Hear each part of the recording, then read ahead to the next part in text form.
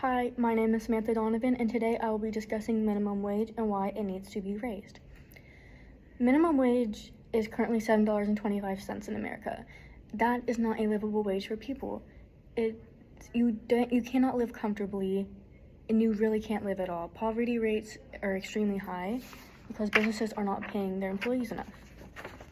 As shown in this graph, this blue line is going to be representing minimum wage, and as we can see, in 2009, it became $7.25, and it has stayed that way since. This darker line up here is going to be our inflation rate. It fluctuates, it goes up, and it goes down, and it's going to continue to fluctuate, and it's going to continue to go up and down and up and down, and that is not beneficial for our wages. So, poverty levels right now, they're always going to be low because of how little people are getting paid. However, if we were to raise minimum wage, poverty levels would not be where they are because people would be getting paid the amount that they need in order to live a sustainable or at least a moderately comfortable life. And businesses that don't pay minimum wage, like if they pay $11, $12, or even $13 an hour, yes, that is better, and some companies are praised for not paying minimum wage, but minimum wage still should not be that low.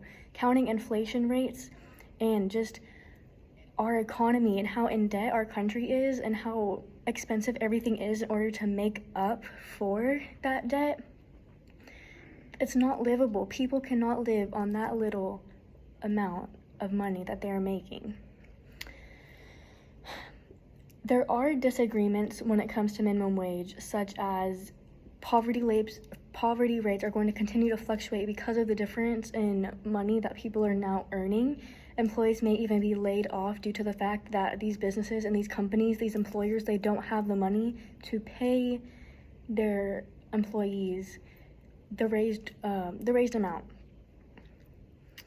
It can cause businesses to suffer if they don't want to fire their employees or lay them off because they're not having the money, like they are failing as a business. And if they fire those employees, they're still not going to have a business or aren't going to have anybody to work for them. So the average citizen, the people of America, they're getting affected because they might be getting laid off, but the businesses are also getting affected.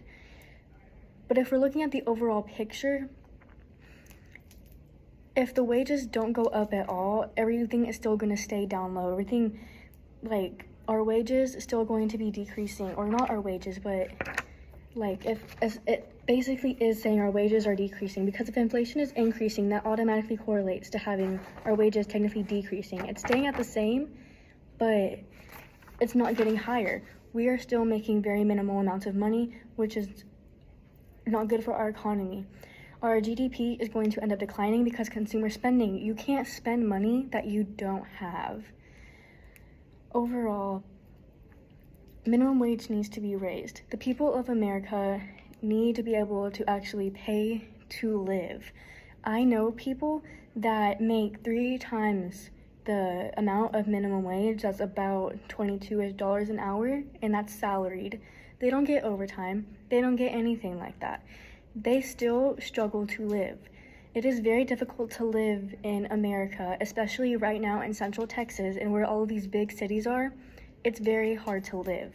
If minimum wage was higher than what it is right now, living would be acceptable. It would be much easier. I believe minimum wage should, at the minimum, be $15, which is still very difficult to live by. Thank you for listening. Please take what I said into consideration.